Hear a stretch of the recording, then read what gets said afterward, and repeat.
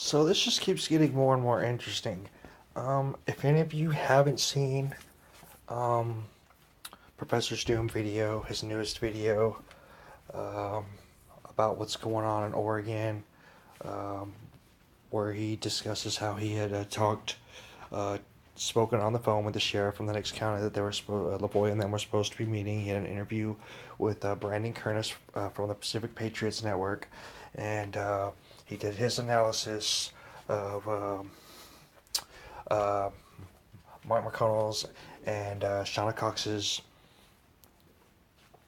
recounts of the events, and he makes some very astute points, I might say, about how a lot of the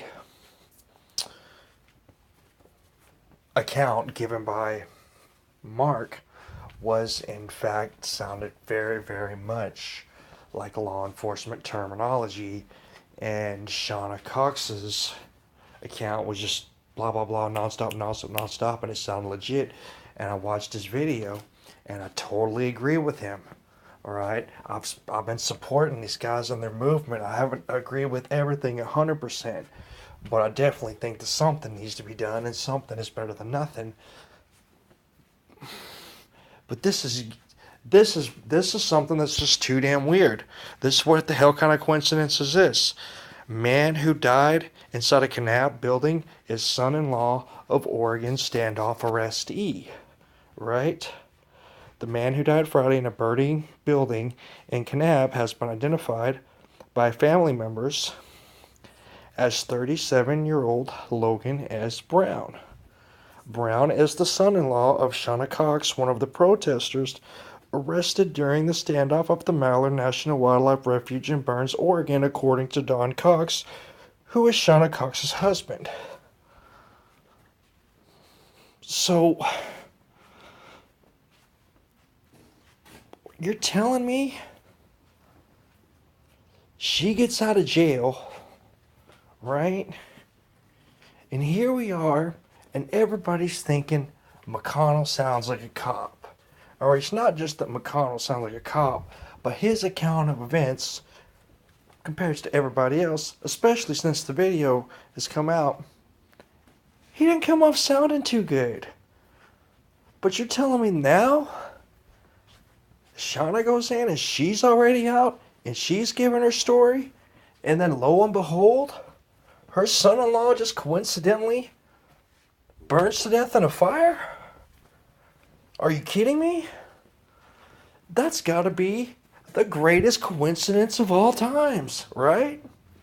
But no, that's not even the end of it. That's not even the end of it. Listen to this, guys. Let me flip over here, and you have to hear it. I'm about to show you now, because this is just some craziness.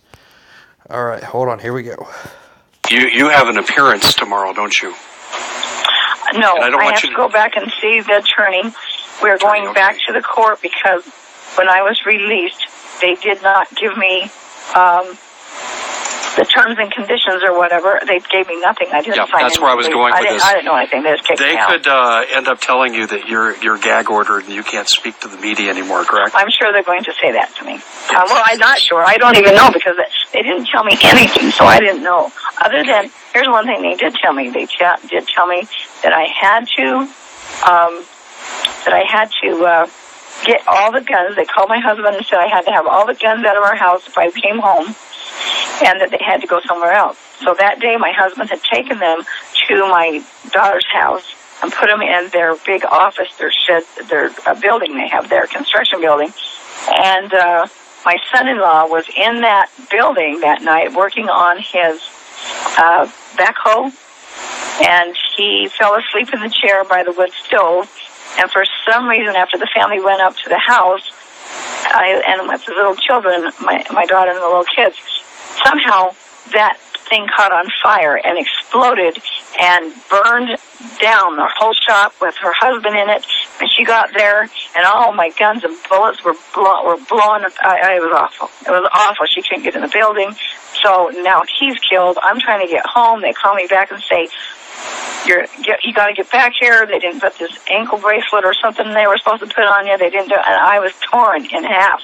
I was 3 hours out and had to come back, and I couldn't get to my family. I'm really distraught because I can't do it until in the morning.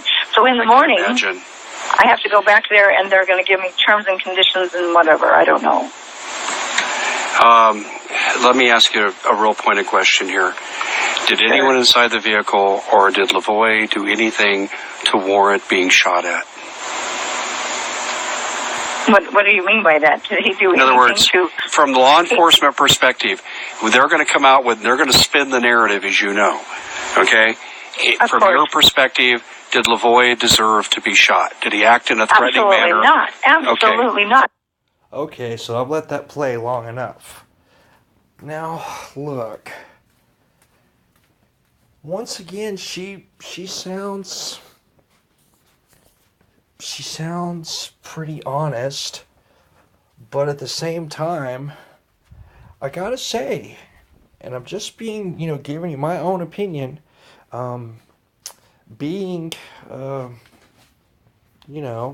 obviously it's not a fact, but I have to say, considering how she sounded in the other video and this one, I mean, I guess it sounds pretty much the same. And maybe I'm not hearing something that maybe y'all are, but for somebody who just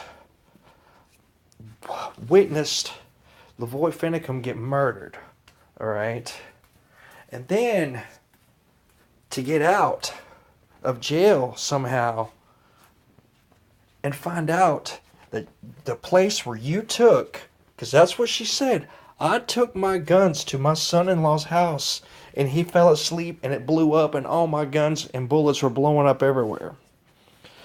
So you're going to have me believe that all of that happened and she's not sitting there in tears throughout the whole interview? I don't know. Because if I had just witnessed Lavoie die and I was part of that thing and I got out of jail and I was free and then I found out that my daughter's husband, where I just had to take all my guns, just coincidentally died? Really? I don't know, y'all. Something stinks. Alright, everything sounded legit, but you can't tell me the place where she took her guns and blew up her son right after she watched Lavoie get killed. Like there's not something going on. I'm sorry. I believe in coincidences, but come on. Now, am I saying that she's a mole or she's a spy or anything like that? No, not at all. But something's definitely rotten in Denmark. You can't tell me that's a big fat coincidence because there's no way you're going to get me to buy it. I don't know what's going on here, but I would say if you don't think at this point that there's something going on, I don't know. Like, I just don't know. But it's really, really hard. I don't care who you are. You can't sit there and tell me the fact that she got out and took her guns to her son-in-law and then his house basically blew up and burned him to death and blew up all her guns right after it happened. That's just a big fat coincidence. I'm a big supporter of this whole movement, guys. I'm a big supporter of these patriots. But if this doesn't raise a red flag for somebody, I don't know what will. Y'all can go listen to the thing. And maybe she is more upset than she seems. But you know what?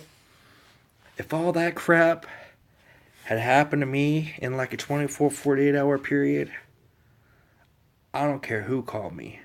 I probably wouldn't be able to talk to anybody for days without crying. And I don't ever. But that is a lot for any human being to absorb in that short amount of time. Anybody. I don't know. This is the story. You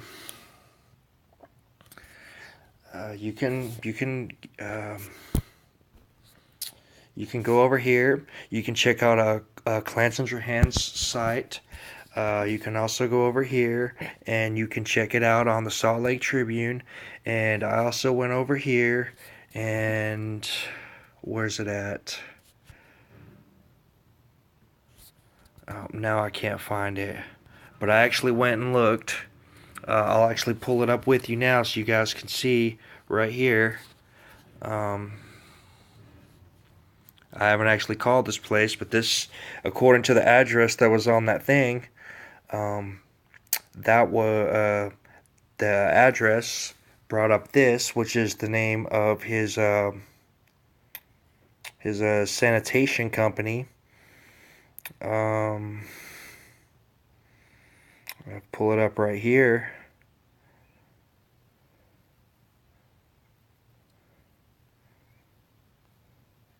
And there's a little thing right there. It's got the hours of operation. And is this the right one? Because this looks slightly, yeah. This looks different than the page that I was looking at earlier, but yeah. There's a phone number down here. If you look through some of the links, there's a different one that I found. Where it's got two different numbers, and one of them specifically says Logan. So this is this company right here. So if you want to call or Google Maps this place or whatever, or check it out, you can go right here. I guess this is manta.com. I guess this is where this particular one is, but you can just Google the address from the article, and this pulls up his business. Maybe if somebody out there wants to give him a call, maybe they can get some more information about what's going on here that I don't know. So, but this is what I was able to come across, and I don't even know what to say, but that sure is one hell of a coincidence. So, y'all think about it, and y'all can check it out for yourselves to make your own opinions. I've been supporting the cause so far, and I continue to do so, but what the hell? And if, the one guy who's been looking at all this stuff objectively is Professor Doom.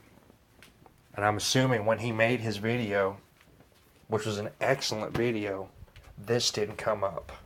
And I really, really would like him to look into this. Because to me, this could be a game changer. I don't know. Something stinks here, guys. Straight up. It really does.